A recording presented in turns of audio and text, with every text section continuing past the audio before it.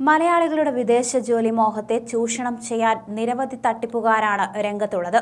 ഇത്തരം തട്ടിപ്പുകൾക്കെതിരെ എത്ര കണ്ട് മുന്നറിയിപ്പുകൾ നൽകിയാലും മലയാളികൾ വീണ്ടും അതിൽ പോയി പെടും. ഇതാണ് പതിവ് ശൈലി. കൊച്ചിയിൽ വിദേശ ജോലി വാഗ്ദാനം നൽകി 2 കോടി തട്ടിയ ദമ്പതികളെ പിടിയിലായ വാർത്തയും പുറത്തു വന്നിരുന്നു. കോടികൾ തട്ടിയെടുത്തത് ദമ്പതിമാരാണ്. ടാലന്റിവേഴ്സ് HR കൺസൾട്ടൻസി എന്ന പേരിൽ റിക്രൂട്ട്മെന്റ് സ്ഥാപനം നടത്തിവന്ന കൊല്ലം ഈസ്റ്റ് കല്ലട മണിവീണയിൽ ചിഞ്ചു S. രാജ്, കൊടുങ്ങല്ലൂർ ശംഖപുരം വാക്കേക്കാട്ടിൽ അനീഷ് എന്നിവരെയാണ് നോർത്ത് പോലീസ് അറസ്റ്റ് ചെയ്തത്.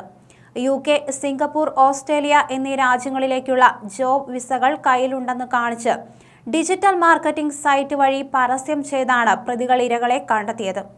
ചിഞ്ചു S. രാജാണ് തട്ടിപ്പിന്റെ ബുദ്ധികേന്ദ്രമെന്നാണ് പോലീസ് പറയുന്നത്. ഇവരായിരുന്നു എങ്ങനെ തട്ടിപ്പ് നടത്തണം എന്നത് കൃത്യമായി ആസൂത്രണം ചെയ്തത്.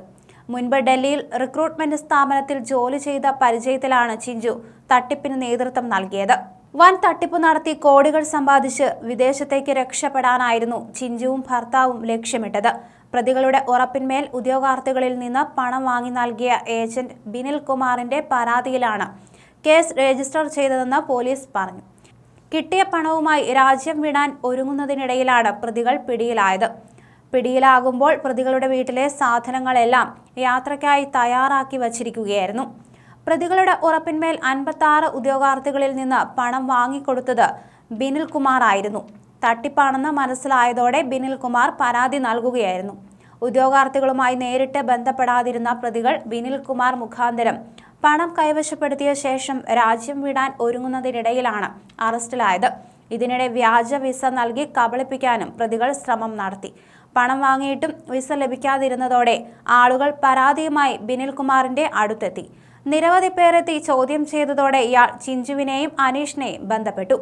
ഉദ്യോഗാർത്ഥികൾ ബഹളം വയ്ക്കുന്നുവെന്ന് ബിനിൽ കുമാർ പറഞ്ഞപ്പോൾ ഇവർ 30 പേർക്കുള്ള വിസ വാട്സാപ്പിൽ അയച്ചു കൊടുത്തു. വിമാന ടിക്കറ്റും ഒപ്പം നൽകി. എന്നാൽ ഇത് പരിശോധിച്ചപ്പോഴാണ് രണ്ടും വ്യാജമായി ഉണ്ടാക്കിയതാണെന്ന് ബോധ്യമായത്.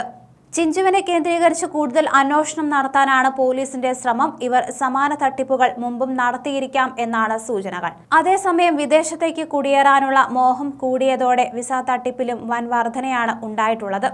വിസ തട്ടിപ്പുമായി ബന്ധപ്പെട്ട് പോലീസ് NRI സെല്ലിൽ മാത്രം ദിവസേന എത്തുന്നത് 25-ലധികം പരാതികളാണ്. വിവിധ പോലീസ് സ്റ്റേഷനുകളിൽ ലഭിക്കുന്നവ വേറെയും. കിട്ടാത്ത വിസയുടെ പേരിൽ കോടിക്കണക്കിന് രൂപയാണ് മലയാളികൾക്ക് വർഷം തോറും നഷ്ടമാകുന്നത്.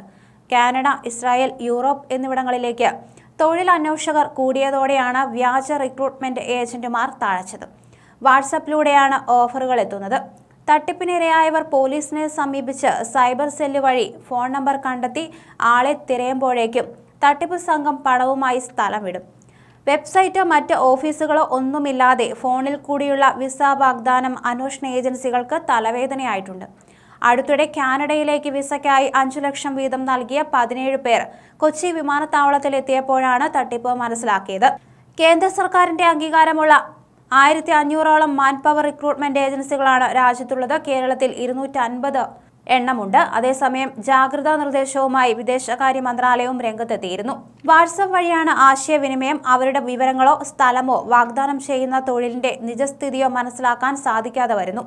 വിദേശ തൊഴിൽ തേടുന്ന വ്യക്തികൾ അംഗീകൃത റിക്രൂട്ടിംഗ് ഏജന്റുമാരുടെ സേവനം മാത്രമേ സ്വീകരിക്കാവൂ. രജിസ്റ്റർ ചെയ്തിട്ടുള്ള റിക്രൂട്ടിംഗ് ഏജന്റുമാരും അപ്രകാരം ലഭ്യമായ ലൈസൻസ് നമ്പർ അവരുടെ ഓഫീസിലും ന്യൂസ് പേപ്പർ, സോഷ്യൽ മീഡിയ തുടങ്ങിയവയിലെ പരസ്യങ്ങളിലും വ്യക്തമായി പ്രദർശിപ്പിക്കണം. ഇതൊക്കെയാണ് വിദേശ മന്ത്രാലയം ഇപ്പോൾ മുന്നറിയിപ്പ് തരുന്നവയിൽ പെടുന്നത്.